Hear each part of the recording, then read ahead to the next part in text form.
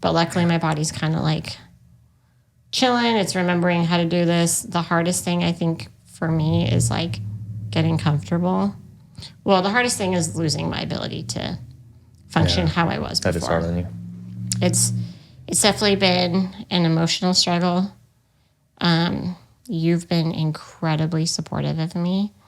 And the days that I've just cried of like, I can't do this, you're like, it's okay. And that's been...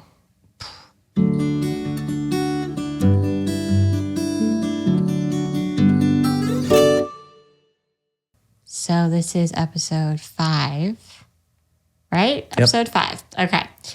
So the fun thing is when we started this, well, we had the idea of doing this podcast a while ago. And then when we started it, we had a couple big announcements to make. Mm-hmm. So if you haven't seen episodes 1, 2, 3, I would really recommend watching those because those were our beginning ones. We shared some really big news for our family. And today we're going to kind of jump in a little deeper into one of those. So what was the big... Do we tell them? Spoiler alert? Do we tell the spoiler alert? Yeah. So if you haven't seen episode 3, check that out first. Yeah. You've been warned. But You've been warned. since we are having a baby, which is the news, Yes. we just wanted to talk about what that's like for you. Yeah. So I put a poll up on, or like a comment box on my social media, and someone asked a question, 2 different questions. One was, tell us your experience about being pregnant while in a wheelchair, which is really what I hope to do in this one. And the other one was, tell us a little bit about expecting baby number 3 after 9 years. So for those that don't know, we have 2 little boys who are currently 8 and 10.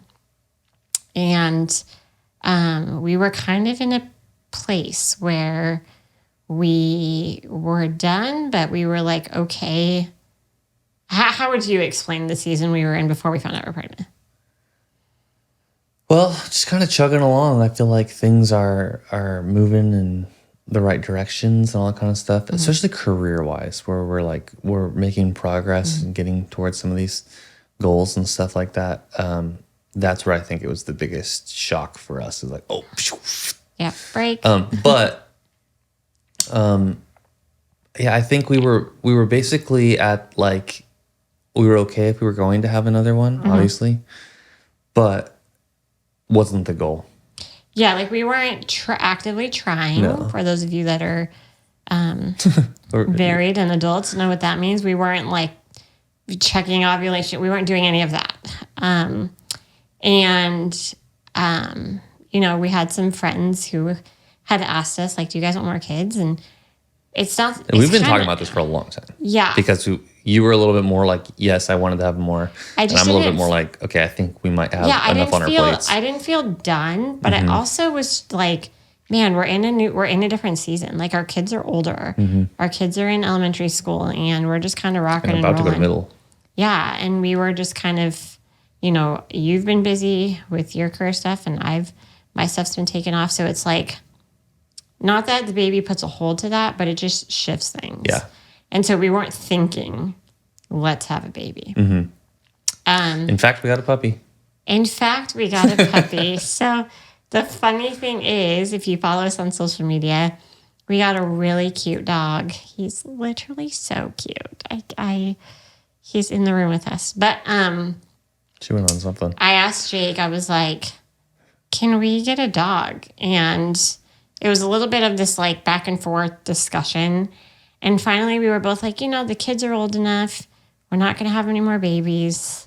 Let's get a puppy. Because there is no way on God's green earth that Jake would have gotten a puppy after the fact that we were having a baby. Because it's like responsibility overload. Yeah. We're not signing up for that. It would have only happened this order. Yeah. So God knew I needed my puppy. Yes. And I needed your puppy God too. knew. Yes. Jake loves, don't let him fool you. Jake loves this dog maybe more than I do. I'm not even sure. And then my puppy. We got him in September. And December we got pregnant. So yeah, you're right.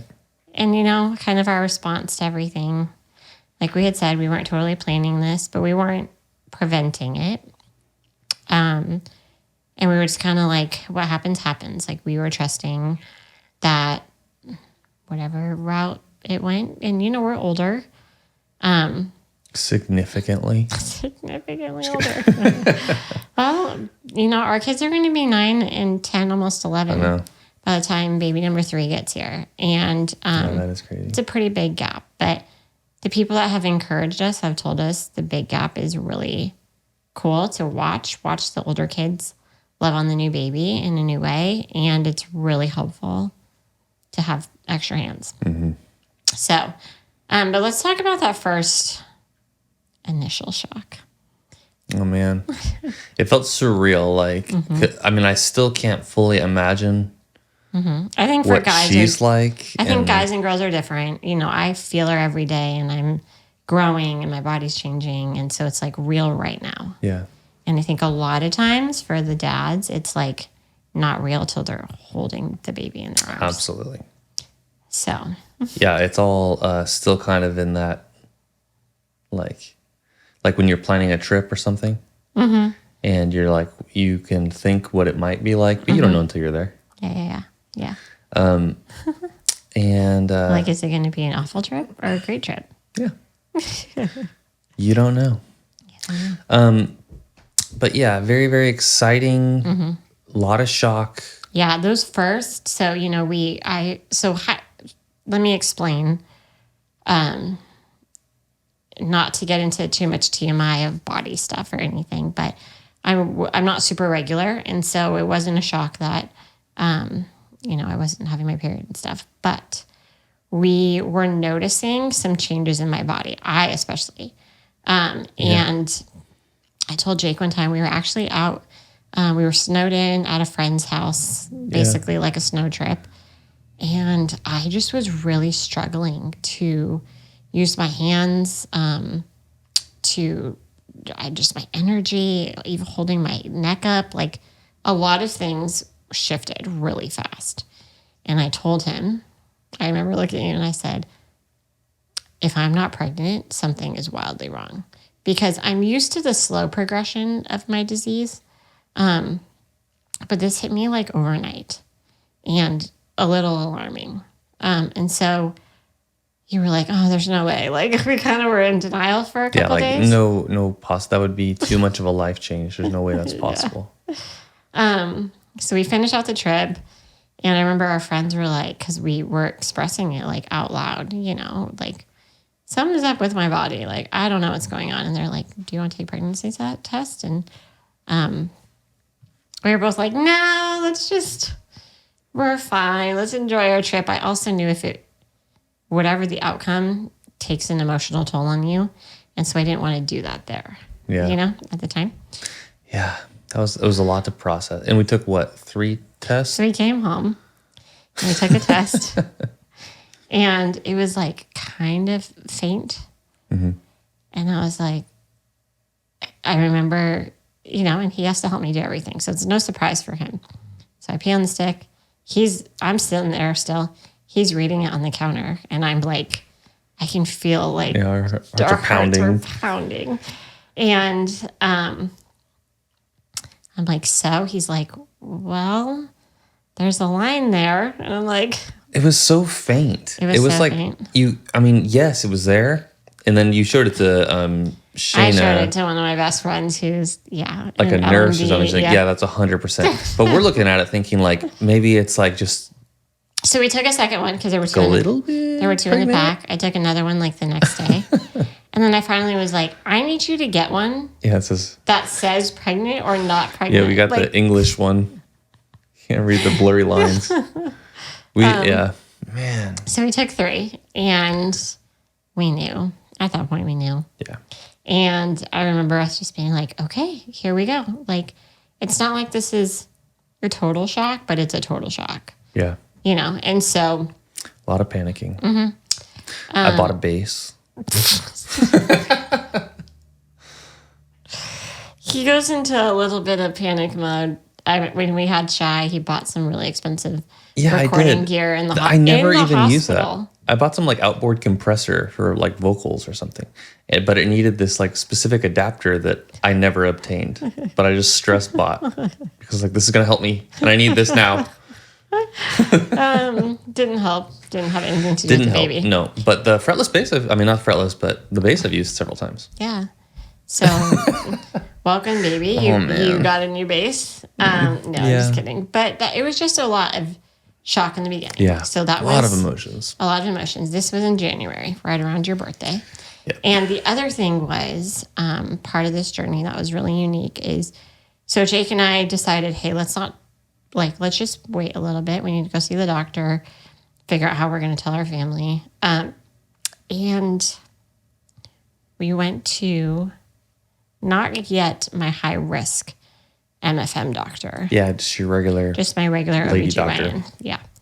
And it was a really unique experience. So we get there and she's like, what are you doing here? She actually had just seen me like a couple months prior. And I said, well, we think we're pregnant. Pretty positive we are. We have no idea how far along we are just because I'm not regular, so I really don't know. So she's like, okay. So I lay back in my wheelchair and she puts a handheld ultrasound, not just the Doppler, but like it had video.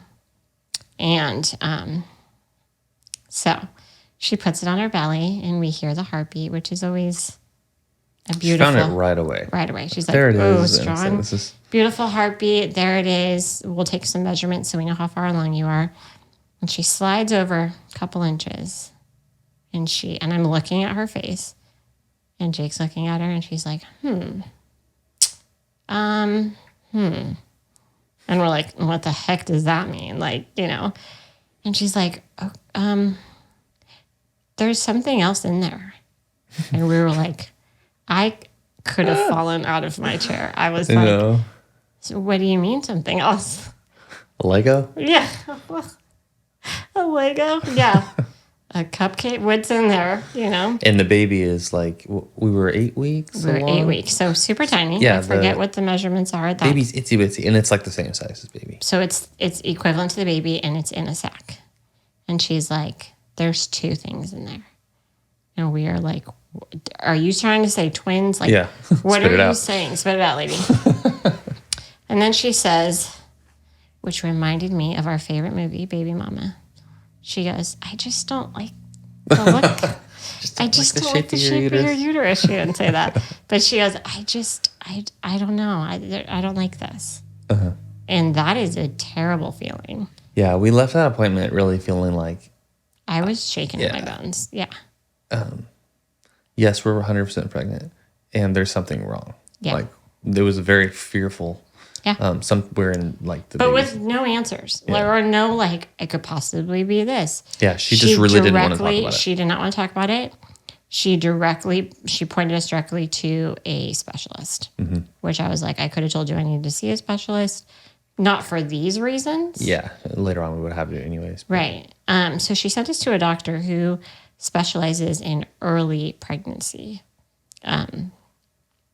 Mind you, we had 2 prior pregnancies. We never had complications or experienced any of these things.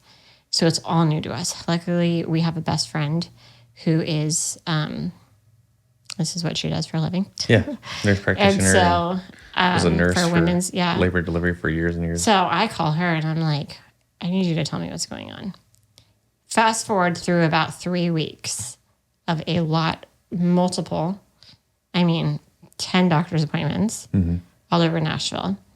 Lots of blood work, lots of ultrasounds. And they were really concerned about a molar pregnancy, which we had no idea what that was.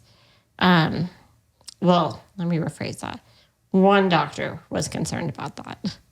When we saw the specialist, they ruled it out by different things. But the specialist is like, we see all the scary cases come straight to us. So for them, it's like 1 in 1,000 or maybe more. Like a molar pregnancy is really rare.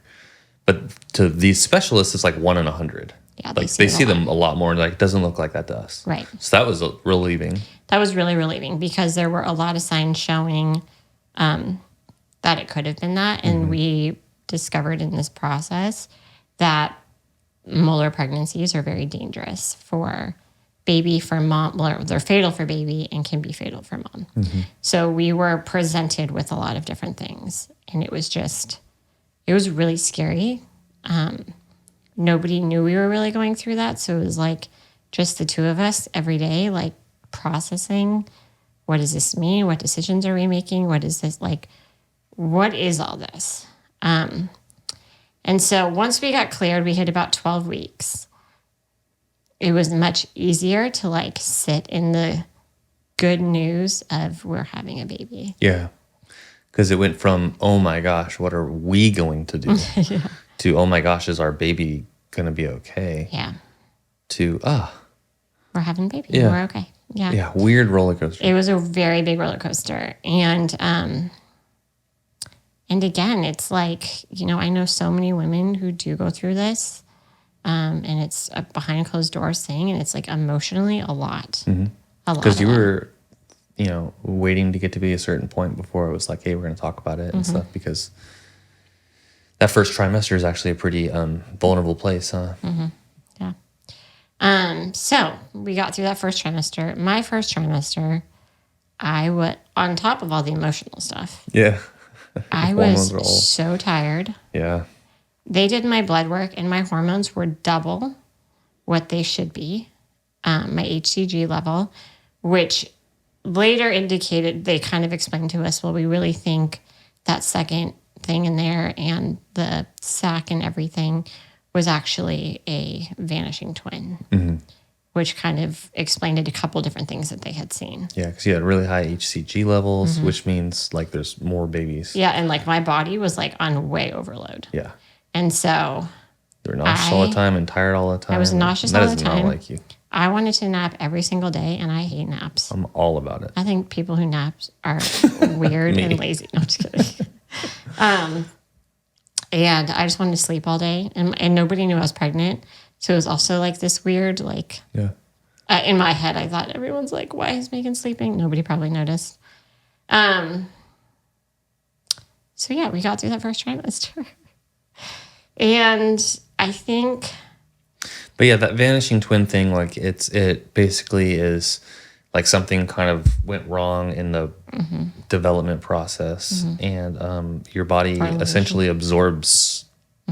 It was not viable. There was never a heartbeat. No, it's like started and stopped. Yeah, there were cells there. But now we don't see that on the ultrasound at all. Right. But at the time, they were both, really, really, really tiny. So yeah, on the ultrasound, they looked massive, but they were actually really. Right, they were just equal to. They were actually Legos. They were equal to each other, so that was a lot. But so then we entered into our second trimester. With all three of my pregnancies, pretty much the minute I get into my second trimester, I feel so much better. Even my like weird cravings and all of that kind of go away with the first trimester. Do you remember what I was craving this first trimester? Not really. Nothing. Andy's shakes. Strawberry shakes. shakes. I did that a couple times. Strawberry shakes? But I remember when we had Bronx, you wanted some strange things, but not really weird. You wanted like Taco Bell. I'm pretty sure it's like everybody's.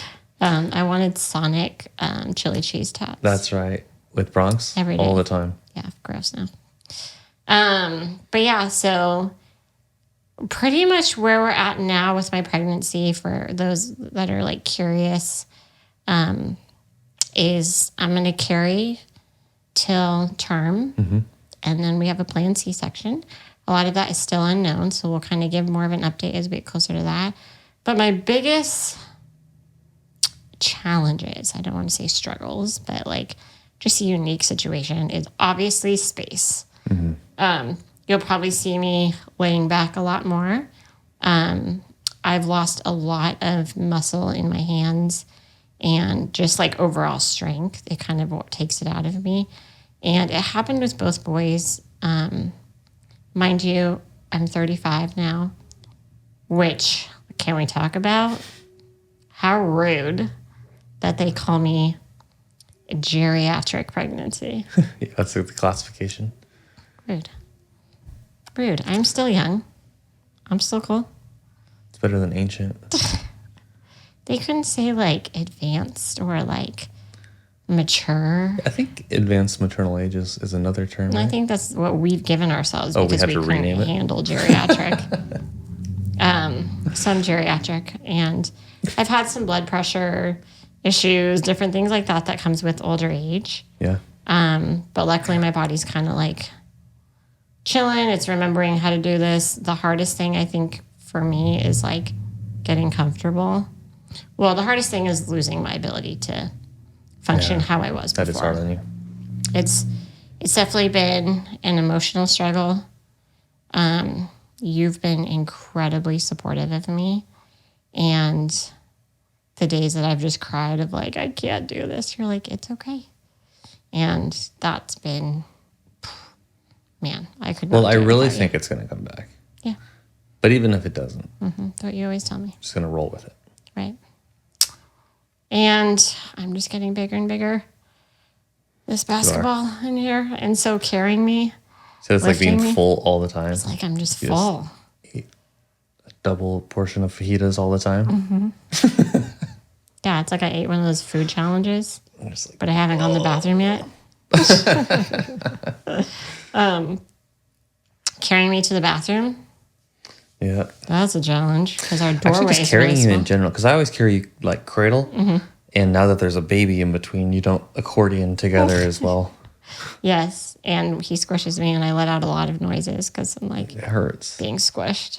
And I have scoliosis. I had surgery done on my spine when I was like 11, and so Is that pretty common with SMA? yeah, it is. To have your spine fused? Yeah, there's some new methods of how they're doing it now with like they have these bars that they're like I forget what they actually call them, like growth bars or extension bars. Will it grow with you? They like maneuver them over time. It's crazy. That's great. So you don't have to be. Did you have to wait till you were fully grown before they could do anything? They waited as much as they could. Like I had hit puberty. My scoliosis was almost at a 90-degree S angle. So not only was it completely hooked, it was also twisting. So they go in and they, without breaking, they straighten you as much as you can, hold it with rods.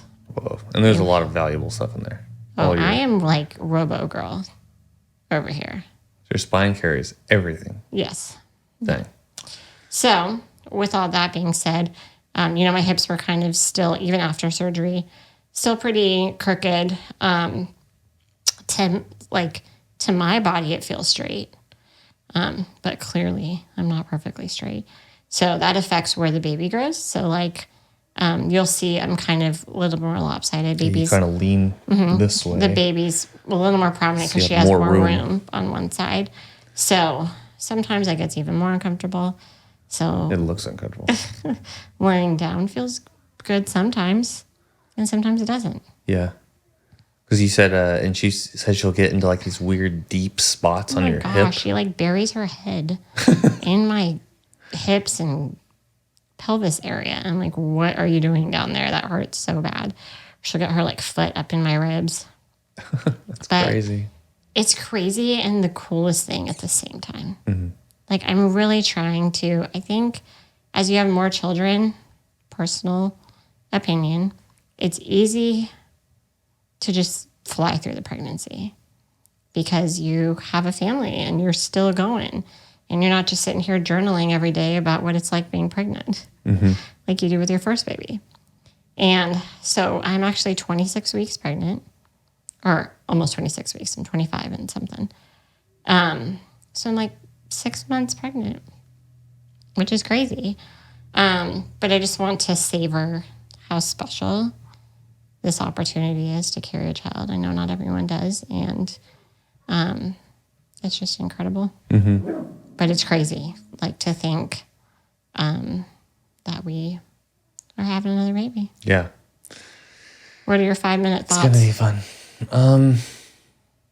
I mean, I'm just excited. I know she's going to be cute and fun. I'm excited to see what the girl dynamic's like. Oh, I'm just a little bit scared. Yeah. I don't really know. I think you're going to be a great girl dad. And I think I'm going to have to learn to love a little girl that probably has a lot of similar traits to me. You know, strong-willed. No, what do you mean? Go ahead. That's it. Just strong-willed. Yeah, that's it. No, I think you guys will be best friends too. No, I totally. She'll be my little mini. Yep. I'm used to boys. Yeah. And I think it'll be just different, but I think in my head it's going to be like polar opposite, and I probably will be more similar. Yeah. But yeah, very nervous, very unsure of what it's going to be like. But yeah, excited. It's all unknown territory. So. But it's fun. Yeah, as far as the baby stage of things and not sleeping and stuff, I know that'll come and go, and that's all okay. That's the advice we always tell new parents whenever we see pregnant people or our friends are having babies for the first time. We always encourage them with everything's just a season. So when you feel like so exhausted, like, am I ever going to sleep? You will. It might be a couple of months, but you will. Yeah. I think one thing that's really fun, I think a lot of people don't realize, is our boys have asked for a baby sister for years. And they would ask like randomly. Like Bronx would be like, we'd be putting him to bed and he would be like, hey mom, when's my sister getting here? And I'm like, you're crazy. You don't have a sister? You don't have one? Are we playing pretend here? What are we? Yeah. Or Shy would ask. And it was so funny. We're in the car after we told the boys we're pregnant. We're driving to like go get ice cream. And Shy goes from the back seat. He's like, Mom and Dad, it's just amazing that God just snapped his finger and decided you needed a baby. Like that's all he had to do. And Jake and I were like, that's it. That's all he did. And he's like, but now's the time that we need a sister. I'm like, oh my gosh. Like just his perception of it was really sweet. Which is true. I'm excited to see what this will all look like and be. And, you know, just like thinking about living without the boys and stuff. You don't remember life before that. Yeah, like this will be pre-complete family. Right. Yeah. And it'll be hard to remember this stage of life. Yeah, the season before her. Yeah. I know it's crazy. But yes, here we are having baby number 3. I think if you're watching this and have more questions, like, you know, let me know what they are. And I'm an open book. I'd be happy to answer. But as far as like, you know, we're just kind of living every day and getting closer to that due date, which is really crazy. But we're super excited. Very excited. We didn't talk a lot about the risks, and I don't think there's a ton to talk about there, especially with your specific SMA stuff.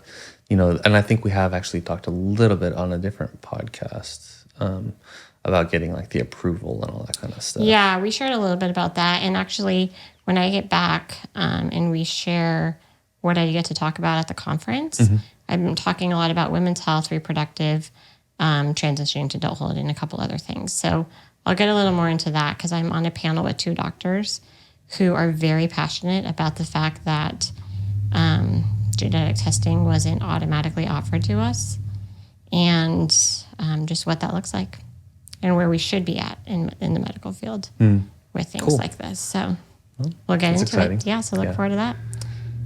But yeah, I love you. Love you too.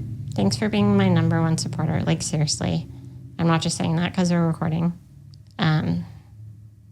I will gladly carry your children. Your seed.